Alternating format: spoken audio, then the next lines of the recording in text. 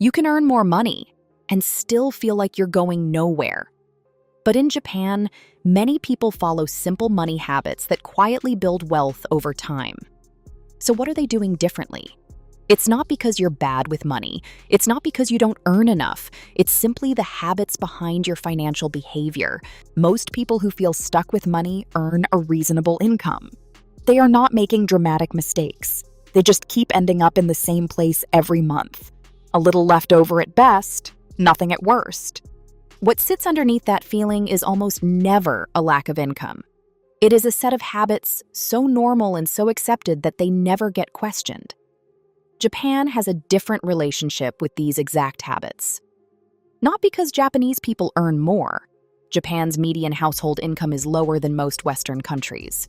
Yet Japanese households save more and carry far less consumer debt. The gap is not the paycheck, it is the philosophy. Here are the 5 principles, and what to actually do about each one. Hara Hachi Bu, focusing only on income.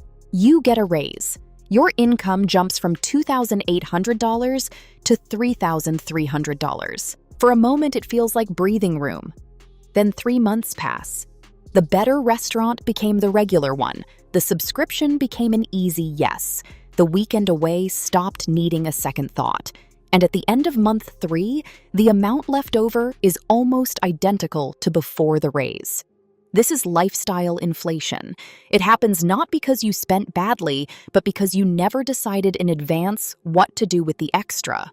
Without a plan, life simply absorbs the difference every single time. Hara Hachi Bu is an Okinawan principle meaning stop at 80%. Originally about food, stop eating before you are completely full. It applies directly to money. Live on 80% of what you earn. The other 20% goes to savings and investing before any lifestyle decision is made. Not what is left at the end of the month, what is protected at the very beginning. A raise only changes your financial position if you decide what happens to the extra before your habits decide for you. The fix. The moment your income increases, automate a transfer of the difference into savings or investments before you adjust your lifestyle. Let life run on the 80%. Protect the 20% first, without exception. Chiku, keeping money safe. You have $10,000 sitting in a savings account. It feels safe, and it should. That took real discipline. But here is what the balance does not show you. If that money earns 0.5% interest while inflation runs at 3%, you are not standing still. You are falling behind. Quietly, in a way that will not feel real until years later when you realize your savings buy noticeably less than they once did. Think of it like a block of ice left on a table. You are not doing anything wrong. You are not touching it. But every hour it sits there, a little melts. Inflation is the room temperature. Most people do not notice until they pick up the block and realize it is half the size it used to be. Chiku means money should be in intentional motion, directed towards something that actually grows over time. The fix. Move a portion monthly, even $20 or $50, into something with real returns. An index fund, a higher yield account, anything that at minimum keeps pace with inflation. The amount matters less than making the movement consistent and automatic. Kakeibo, no awareness of spending. End of the month. You open your account. Where did it all go? $300 on food delivery, $90 on purchases you barely remember, 3 subscriptions you meant to cancel.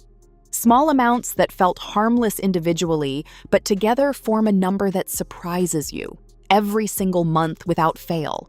This is not a spending problem. It is an awareness problem. You cannot manage what you are not honestly looking at, and modern payments make it incredibly easy to spend without your brain ever registering that you did. A tap, a click, and the money is gone before you processed it.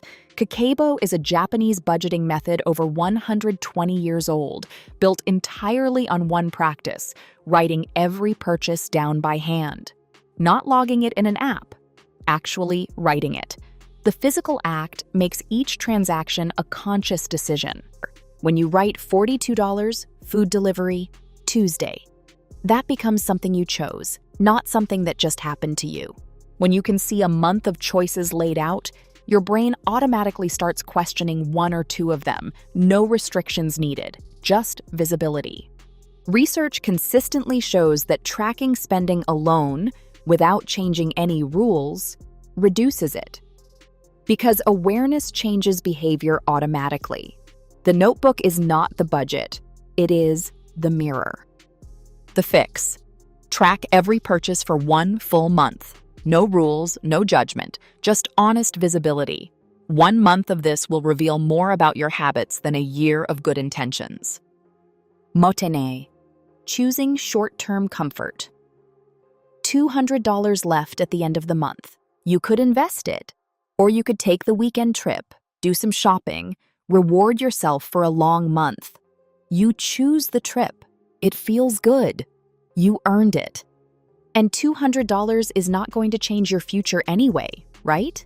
Except this happens every month. Every month, it feels completely reasonable. And every month, nothing gets built. Not because one choice was catastrophic, but because the same small pattern repeated month after month compounds quietly in the wrong direction. Mottainai is the Japanese feeling of discomfort at waste, the sense that something valuable was let go before it was fully used. Applied to money, it is not about removing enjoyment. It is about not letting what is left slip away by default, without intention, as if it had no potential at all. That same $200 split in half every month for 5 years, $100 spent now, $100 invested, still gives you the experience. But it also builds something real on the other side. You do not have to choose between living now and building later. You just have to stop making that choice unconsciously every single month. The fix: whatever is left at the end of the month, split it deliberately. Half for now, half for future you. A consistent split, repeated over years, changes the outcome entirely, without removing any enjoyment from your life today. Kaizen: start small, but start. You have watched the videos, you understand compounding. You know what an index fund is. You just need to understand it a little more before you actually start. So another month passes, you feel more informed, but the account is still at zero. This is not preparation. It is productive procrastination. Avoidance wearing a responsible disguise. Learning without doing produces nothing. And time, the one thing compounding absolutely requires, keeps moving forward without you. Kaizen means continuous small improvement, not the dramatic overhaul or the perfect strategy. The small step taken now, repeated consistently. You did not need to understand how an engine works before you learned to drive. You got in the car, learned the basics, and improved through doing. Investing is identical. The first $50 you put somewhere real is not about the $50. It is about making the concept real in your own life. Once you have something actually at stake, the learning accelerates completely. You stop consuming information passively and start learning by doing. That is how it actually works. The fix: take one small step this week. Open an account. Move a small amount into something that grows.